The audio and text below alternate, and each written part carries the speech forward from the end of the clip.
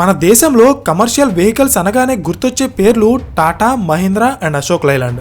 ఈ 3 కంపెనీస్ కలిసి మన దేశంలో ఉన్న కమర్షియల్ వెహికల్ సెగ్మెంట్ లో దాదాపు 80% మార్కెట్ షేర్ ని హోల్డ్ చేస్తున్నాయి. కానీ 2011లో ఇండియాలో కొత్తగా బిజినెస్ స్టార్ట్ చేసిన ఒక German company commercial vehicle segment లో స్లో అండ్ స్టడీగా గ్రో అవుతూ ఇప్పుడు మన ఇండియన్ బ్రాండ్స్ తో పోటీ పడే స్థాయికి ఎదిగింది.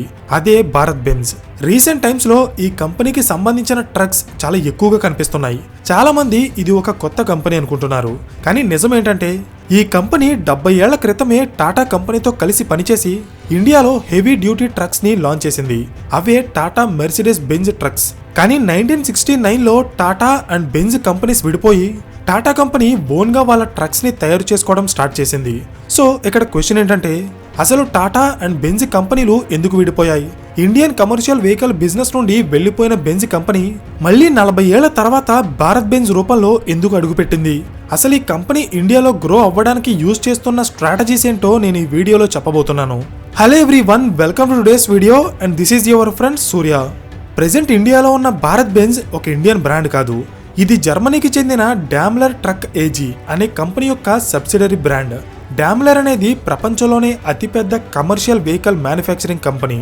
ఈ కంపెనీ అండర్లో చాలా బ్రాండ్స్ ఉంటాయి, like Mercedes Benz, Freightliner, Western Star, FUSO, Setra etcetera. And ఈ లిస్ట్ లో భారత్ బెంజ్ కూడా ఒకటి. ఇక్కడ మీరు గమనిస్తే ఈ లిస్ట్ లో ఉన్న కంపెనీస్ అన్ని కూడా ట్రక్స్ అండ్ టిప్పర్స్ ని తయారు చేసే కంపెనీలే, ఎక్సెప్ట్ మెర్సిడెస్ బెంజ్. ఈ కంపెనీ కమర్షియల్ వెహికల్స్ తో పాటు లగ్జరీ కార్స్ ని కూడా తయారు చేస్తుంది. అందుకే 2021లో ఈ డామ్లర్ కంపెనీ రెండుగా విడిపోయింది. ఒకటి మెర్సిడెస్ బెంజ్ గ్రూప్, ఇంకొకటి Daimler trucks AG. Mercedes Benz group లో ఎక్స్క్లూజివ్ గా లగ్జరీ కార్స్ అండ్ వ్యాన్స్ మాత్రమే తయారవుతాయి, like Mercedes AMG, Maybach and EQ. Next Daimler trucks group లో ఉన్న కంపెనీస్ అన్ని కూడా ఎక్స్క్లూజివ్ గా కమర్షియల్ వెహికల్స్ మాత్రమే తయారు చేస్తాయి. సో ఇప్పుడు డామ్లర్ కంపెనీ గురించి మీకు ఒక క్లారిటీ వచ్చింది కదా. అయితే ఈ కంపెనీ ఫస్ట్ టైం ఇండియాలో వాళ్ళ బిజినెస్ ఎప్పుడు స్టార్ట్ చేసిందో చెప్తా చూడండి. 1947లో ఇండియాకి స్వతంత్రం వచ్చిన తర్వాత మన దేశంలో స్లోగా ఇన్ఫ్రాస్ట్రక్చర్ డెవలప్ అవడం స్టార్ట్ అయింది. అయితే ఇన్ఫ్రాస్ట్రక్చర్ డెవలప్ చేయడానికి కమర్షియల్ వెహికల్స్ యొక్క అవసరం చాలా ఎక్కువగా ఉంటుంది. ఇది గమనించిన టాటా గ్రూప్ 1954లో ఒక కమర్షియల్ వెహికల్ ని లాంచ్ చేయాలనుకుంది. కానీ అప్పట్లో సొంతంగా ట్రక్స్ అండ్ టిప్పర్స్ ని డిజైన్ చేసి డెవలప్ చేసేంత టెక్నాలజీ ఇండియాలో లేదు. అందుకే టాటా గ్రూప్ కంపెనీ అయిన Telco, Tata engineering and locomotive company జర్మనీకి చెందిన డామ్లర్ ట్రక్స్ ఏజీ అనే కంపెనీతో ఒక పార్ట్నర్షిప్ డీల్ చేసుకుంది. ఆ డీల్ ప్రకారం ఇండియాలో హెవీ డ్యూటీ ట్రక్స్ తయారు చేయడానికి కావాల్సిన డిజైన్ అండ్ టెక్నాలజీని జర్మనీలో ఉన్న డామ్లర్ కంపెనీ సప్లై చేస్తే ఇండియాలో ఉన్న టాటా కంపెనీ ఆ ట్రక్స్ ని తయారు చేస్తుంది. ఈ పార్ట్నర్షిప్ లో భాగంగానే 1954లో ఈ రెండు కంపెనీస్ కలిసి ఇండియాలోని మొట్టమొదటి కమర్షియల్ వెహికల్ ని లాంచ్ చేశాయి. అదే టాటా మెర్సిడెస్ బెంజ్ ట్రక్. అప్పట్లో ఈ ట్రక్స్ మన దేశంలో చాలా ఫేమస్ అయ్యాయి. అయితే ఈ పార్ట్నర్షిప్ 1954 నుండి 1969 వరకు, అంటే దాదాపు 15 ఏళ్ల పాటు కొనసాగింది. ఈ 15 ఏళ్లలో టాటా కంపెనీ ట్రక్స్ యొక్క డిజైన్ అండ్ టెక్నాలజీ గురించి డామ్లర్ కంపెనీ నుండి బాగా నేర్చుకుని సొంతంగా ట్రక్స్ తయారు చేయగల క్యాపబిలిటీని సంపాదించింది. సో ఇప్పుడు విదేశీ కంపెనీల మీద ఆధారపడాల్సిన అవసరం టాటాకి ఇంకా లేదు. పైగా 1960s టైంకి ఇండియాలో కమర్షియల్ వెహికల్స్ యొక్క బిజినెస్ పెద్దగా ఉండేది కాదు. అందుకే డామ్లర్ కంపెనీ కూడా ఇండియన్ మార్కెట్ మీద పెద్దగా ఇంట్రెస్ట్ చూపించకపోవడంతో 1969లో ఈ రెండు కంపెనీస్ కూడా వాళ్ళ పార్ట్నర్షిప్ ని క్యాన్సిల్ చేసుకున్నాయి. పార్ట్నర్షిప్ క్యాన్సిల్ అయిన తర్వాత సొంతంగా ట్రక్స్, కార్స్ అండ్ బసెస్ ని తయారు చేయడం స్టార్ట్ చేసిన టెల్కో కంపెనీ తర్వాత కొంతకాలానికి టాటా మోటార్స్ గా మారిపోయింది. 1969లో డామ్లర్ కంపెనీ ఇండియా నుండి వెళ్లిపోయిన తర్వాత నెక్స్ట్ 30 years లో ఇండియా చాలా ఫాస్ట్ గా డెవలప్ అయింది. ఎన్నో విదేశీ ఆటోమొబైల్ కంపెనీలు ఇండియాలో వాళ్ళ బిజినెస్ స్టార్ట్ చేశాయి. అందులో డామ్లర్ గ్రూప్ కి చెందిన మెర్సిడెస్ బెంజ్ అనే కంపెనీ కూడా ఉంది. కానీ అది కేవలం కార్ సెగ్మెంట్ మాత్రమే. అంటే 1994లో డామ్లర్ గ్రూప్ కి సంబంధించిన మెర్సిడెస్ బెంజ్ బ్రాండ్ ఇండియాలో వాళ్ళ లగ్జరీ కార్ బిజినెస్ ని స్టార్ట్ చేసింది. కానీ ట్రక్ బిజినెస్ మాత్రం ఇంకా ఇండియాకి రాలేదు. 2005 టైంకి ఇండియాలో infrastructure, logistics and industrial activity fast గా డెవలప్ అవుతుంది. దీంతో కమర్షియల్ వెహికల్స్ కి డిమాండ్ పెరిగి చాలా కంపెనీలు ఈ సెగ్మెంట్ లో పోటీ పడటం స్టార్ట్ చేశాయి, like Tata, Mahindra, Ashok Leyland, Isuzu, Eicher motors etcetera. So ఇది చూసిన డామ్లర్ కంపెనీ మళ్ళీ ఇండియన్ మార్కెట్ లోకి వాళ్ళ ట్రక్స్ ని ఇంట్రడ్యూస్ చేయాలనుకుంది. కానీ డైరెక్ట్ గా కాకుండా ఇండియాలో ఉన్న హీరో కంపెనీతో పార్ట్నర్షిప్ చేసి 2008లో డామ్లర్ హీరో కమర్షియల్ వెహికల్స్ DHCV అనే పేరుతో ఒక కంపెనీ స్టార్ట్ చేసింది. ఇందులో డామ్లర్ కి 60% వాటా ఉంటే హీరో కంపెనీకి 40% వాటా ఉంది. ఈ రెండు కంపెనీస్ కలిసి ఇండియాలో light, medium and heavy duty trucks ని తయారు చేయాలనుకున్నారు. కానీ అదే టైంలో 2008 ఫైనాన్షియల్ క్రైసిస్ వచ్చి హీరో కంపెనీ యొక్క సేల్స్ పడిపోయాయి. ఆ టైంలో హీరో కంపెనీ కొత్తగా స్టార్ట్ చేసిన బిజినెస్లు అన్నీ ఆపేసి వాళ్ళ మెయిన్ బిజినెస్ మీదే ఫోకస్ చేయాలని డిసైడ్ అయింది. ఇందులో భాగంగానే డామ్లర్ కంపెనీతో స్టార్ట్ చేసిన ఈ DHCV కంపెనీలో హీరోకి ఉన్న 40% షేర్ని మళ్ళీ డామ్లర్ కంపెనీకి అమ్మేసి 2009లో హీరో ఈ కంపెనీ నుండి ఎగ్జిట్ అయిపోయింది. అంటే డామ్లర్ కంపెనీకి ఈ పార్ట్నర్షిప్ కూడా సక్సెస్ అవ్వలేదు.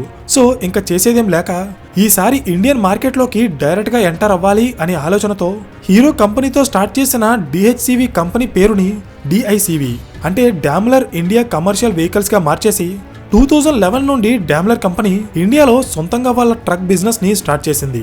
మార్కెట్లోకి ట్రక్స్ ని లాంచ్ చేయాలంటే ముందు వాళ్ళకి ఒక బ్రాండ్ నేమ్ కావాలి.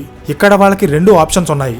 ఒకటి ఇండియాలో ఒక కొత్త బ్రాండ్ ని స్టార్ట్ చేయాలి, లేదా ఆల్రెడీ వాళ్ళ మెర్సిడెస్ బెంజ్ అనే కార్ బ్రాండ్ ఇండియాలో ఉంది కాబట్టి ఆ బ్రాండ్ అండర్లోనే ట్రక్స్ ని కూడా లాంచ్ చేయాలి.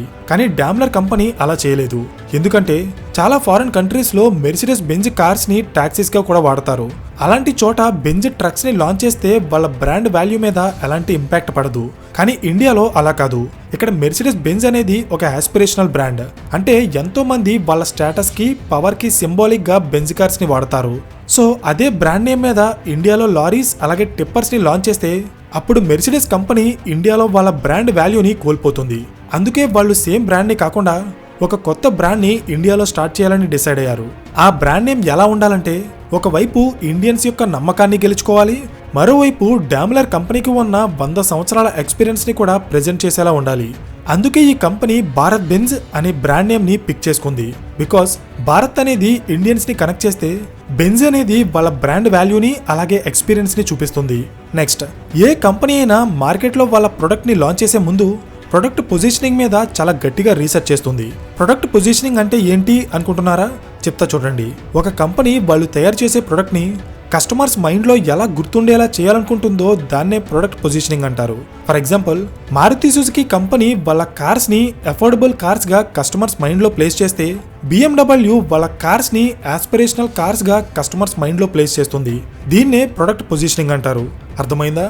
సేమ్ ఇలాగే భారత్ బెంజ్ కంపెనీ కూడా ఇండియాలో వాళ్ళ వెహికల్స్ ని చాలా తెలివిగా పొజిషనింగ్ చేసింది. ఎలా అంటే ఆటోమొబైల్ సెక్టార్లో ఉండే కమర్షియల్ వెహికల్ సెగ్మెంట్లో 3 సబ్ సెగ్మెంట్స్ ఉంటాయి. Light, medium and heavy commercial vehicles. వీటినే షార్ట్ కట్ లో LCV, MCV అండ్ HCV అంటారు.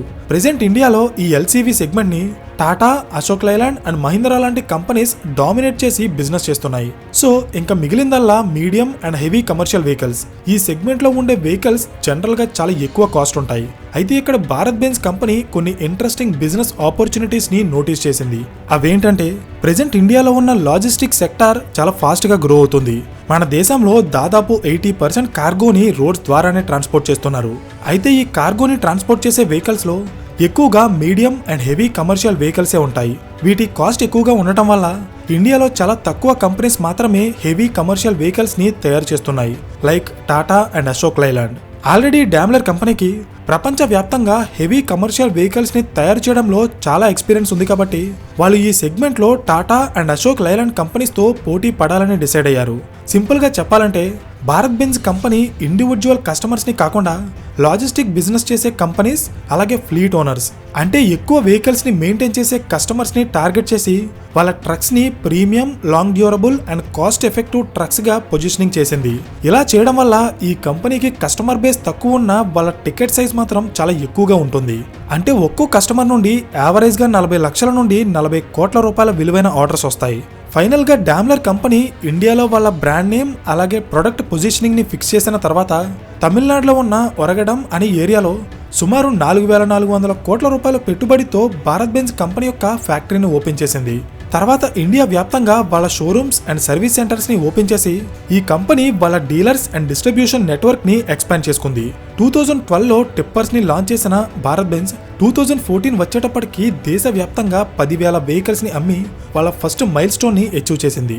తర్వాత 2015లో ఈ company school, office and tourism purpose కోసం భారత్ బెంజ్ బస్సెస్ ని లాంచ్ చేసింది. ప్రెజెంట్ ఈ బస్సెస్ కి కూడా ఇండియన్ మార్కెట్ లో చాలా ఎక్కువ డిమాండ్ ఉంది. ఈ కంపెనీ వెహికల్స్ లో ఉండే స్పెషాలిటీ ఏంటంటే ఈ వెహికల్స్ హై పెర్ఫార్మెన్స్ ఇవ్వడం మాత్రమే కాకుండా డ్రైవర్ క్యాబిన్ లో సేఫ్టీతో పాటు ప్రీమియం ఫీచర్స్ ని కూడా ప్రొవైడ్ చేస్తుంది, like AC, air suspension seats, advanced driver monitoring systems etcetera. వీటి వల్ల డ్రైవర్స్ యొక్క కంఫర్ట్ పెరిగి ఎక్కువ గంటలు అలసిపోకుండా పనిచేయగలుగుతారు.